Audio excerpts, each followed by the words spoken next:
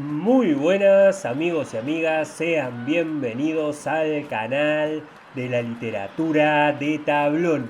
En esta oportunidad les traigo un homenaje a la barra Ámsterdam, la hinchada del Club Atlético Peñarol de Uruguay. Amigos y amigas, antes de comenzar con el homenaje, los invito a que se pasen por 1xBet, la mejor casa de apuestas online. En la descripción del video les dejo un link para que accedan a un beneficio en su primer depósito. Dale, metele con ese pálpito o presentimiento que tenés del partido. A la suerte hay que buscarla. Hablar del hincha carbonero y de Peñarol es hablar de arraigo popular. El tren llevó a Peñarol a todos los rincones del país y por eso se lo denominó el cuadro del pueblo. Peñarol representa al pueblo obrero y a la clase trabajadora. Lo acompañaban desde los obreros de las fábricas, los empleados del comercio y hasta los alumnos de las escuelas, como la de artes y oficios.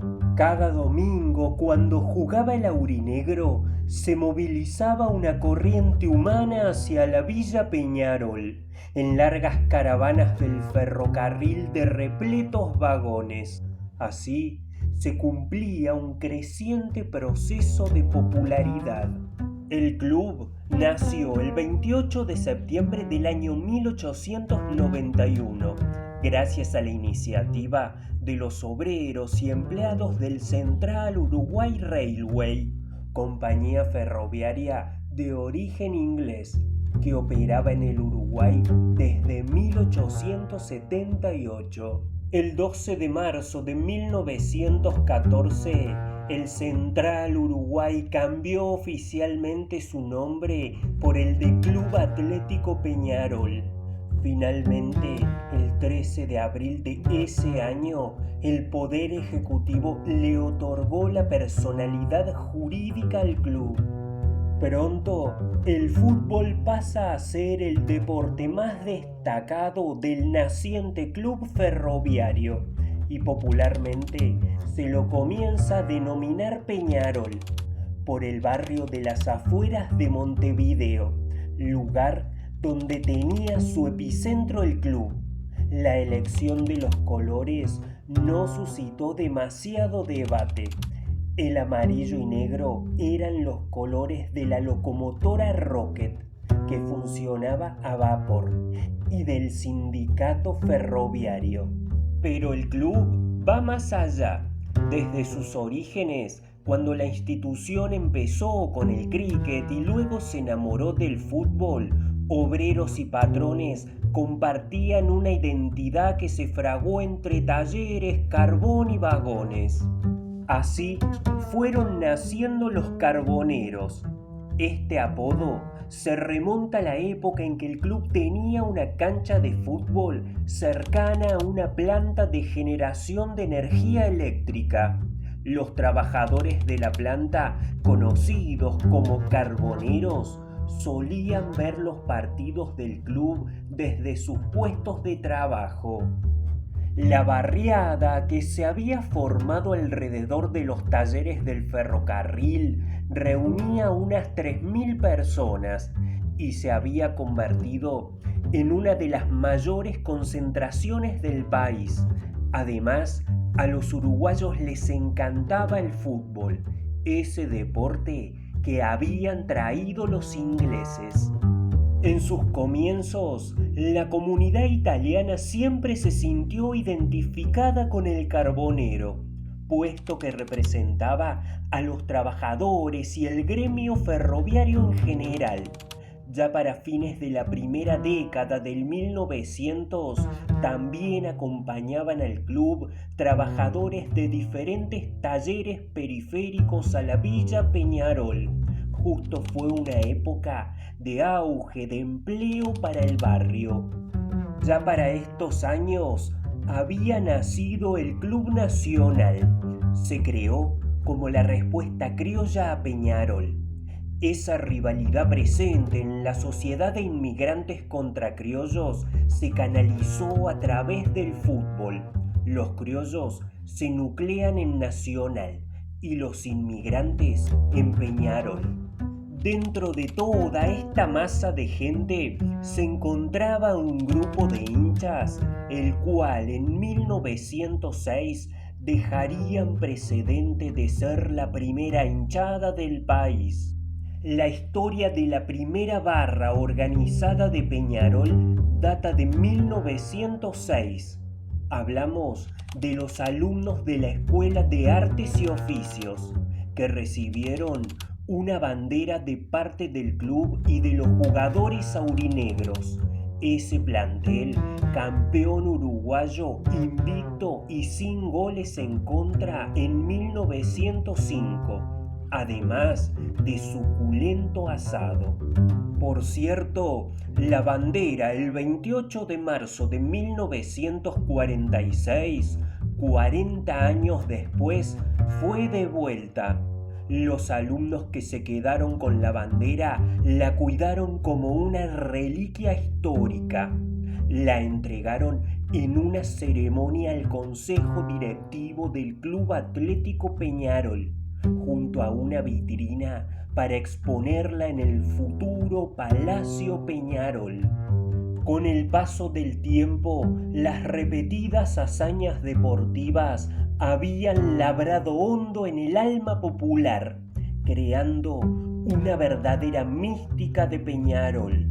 El club ha sabido ganar la Copa Libertadores de América en 5 oportunidades, siendo el club uruguayo que lo ha conseguido en mayor cantidad de ocasiones. Asimismo, fue uno de los 5 cuadros que obtuvieron en 3 oportunidades la Copa Intercontinental, siendo el primero de estos en conseguir tal marca. En 1960, la hinchada de Peñarol marcó récord de entradas vendidas. En total se expidieron 71.872 boletos para el partido contra el Real Madrid por la Copa Intercontinental. Sin dudas, la hinchada del Manja no le es ajena a nadie. Gracias a las encuestas y los estudios sociológicos existentes, cuando decimos la hinchada de Peñarol, hablamos de uno de los movimientos sociales más grandes del Uruguay. En la década de los 60 y de los 70 se reconocían algunos hinchas más bulliciosos. Y en los 70 hay recuerdos de un grupo de hinchas de Peñarol que en el ángulo entre Ámsterdam y América veían el partido parados, a los que José Pedro Damiani, expresidente del club, denominaba la caterva. La caterva urinegra es la primera barra brava uruguaya, nacida a principios de los años 70. Su nombre proviene de una de las primeras banderas de la barra de Peñarol, que decía la caterva presente. Durante la primera mitad de los años 80, en el Uruguay cada partido era vivido como un espectáculo de disfrute, en donde la familia podía participar sin más recaudos. A su vez, se podían mezclar entre los hinchas de diferentes parcialidades. Todo se realizaba en líneas generales con armonía. En esta primera mitad de la década del 80 se vislumbra el crecimiento de grupos de hinchas que tenían el objetivo de brindar un apoyo mayor al equipo, denominándose por aquel entonces como barras de aliento. Estas alentaban todo el partido, dándole calor, música y colorido al encuentro, acompañadas cada una con los símbolos que representan a su club. En 1986 Había quedado pendiente un clásico de la Copa de Oro de los Grandes. Tenían que jugarlo sí o sí. Los primeros núcleos de las barras de Peñarol y Nacional convivían en la misma tribuna. La hinchada de Peñarol en la Ámsterdam contra la América y la de Nacional contra la Olímpica. Empezó a ocurrir que esa convivencia pasó del canto en respuesta a lo que cantaba el contrario a la práctica violenta. Comenzaron los gritos, algunas piñas y se robaban algunas banderas. El centro del primer anillo de la Ámsterdam era el campo de batalla. En ese clásico de diciembre de 1986 tiraron a un hincha para abajo de la tribuna que terminó en el hospital de clínicas. Con estos antecedentes se llegó al 6 de enero de 1987. Se jugaba la final del campeonato uruguayo entre Peñarol y Nacional. Ambas hinchadas en ese entonces compartían tribuna en el gran espacio que ofrecía el Estadio Centenario en su tribuna popular Ámsterdam. En ese clásico se estableció la primera separación de hinchadas. Esta medida propició, en el caso de Peñarol, que se diera el nombre principal a la mayor fracción de aliento del club, la Barra Ámsterdam.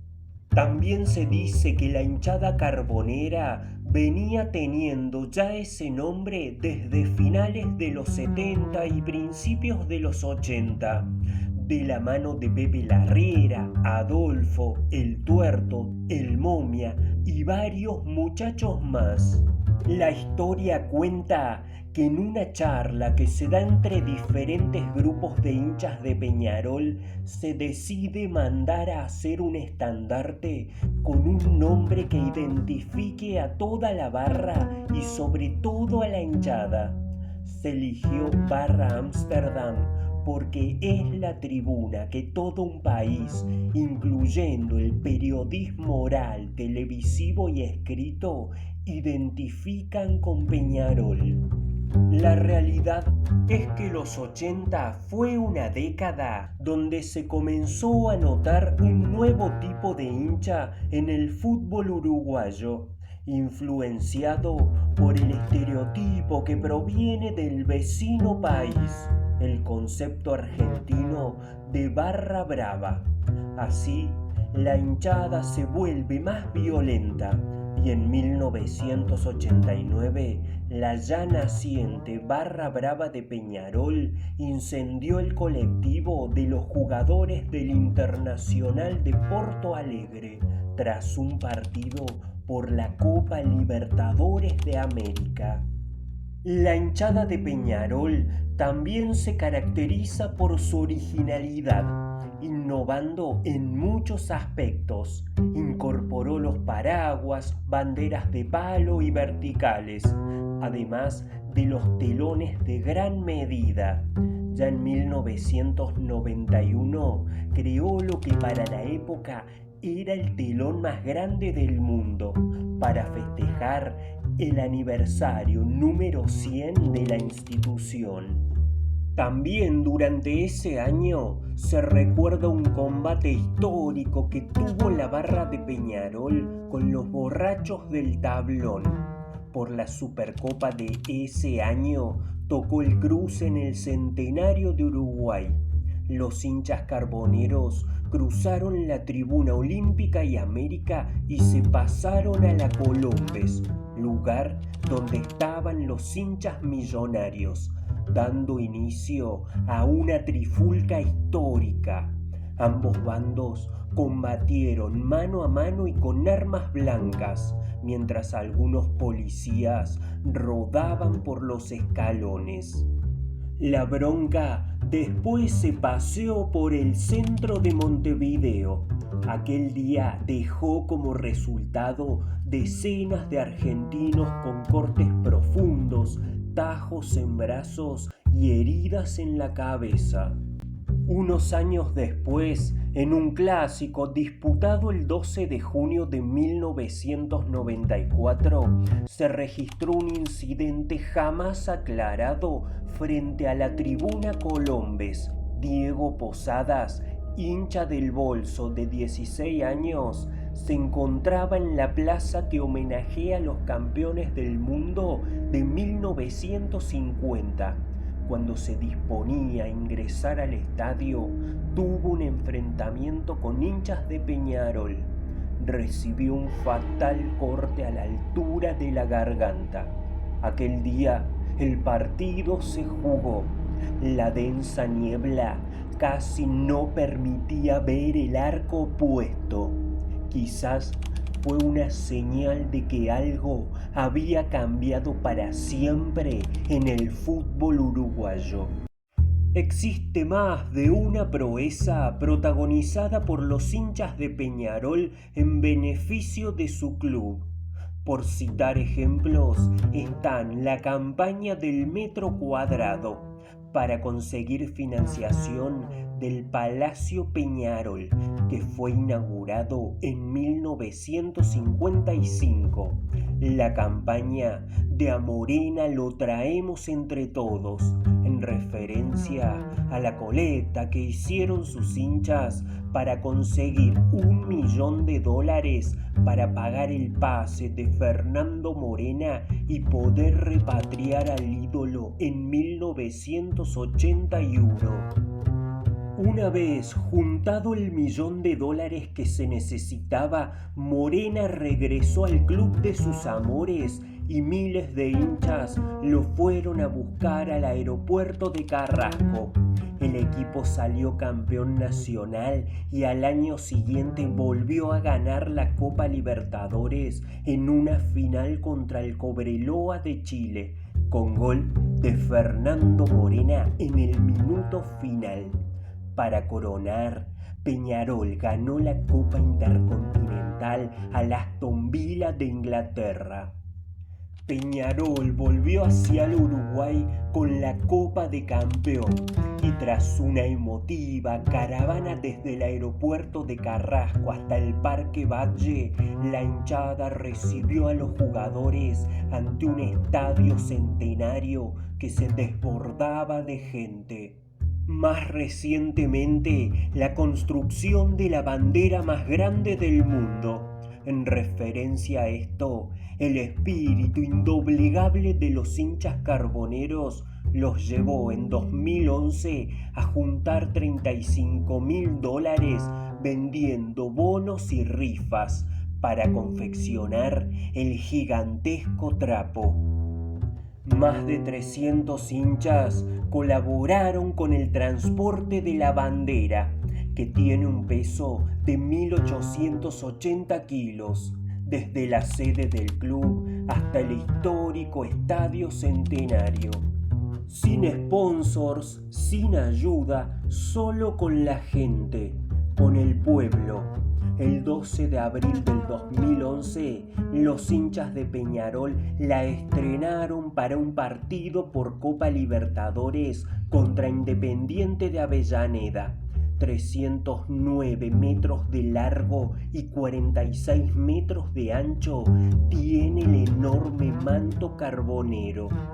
En estos tiempos, la barra era comandada por Jorge Jorgito Rivero, Henry Sánchez, El Chino y Coco Perentini, entre otros. Fue en el 2015 que estalló una interna en la Ámsterdam y las diferencias entre los referentes de la hinchada y los dirigentes del club comenzaron a hacerse más visibles.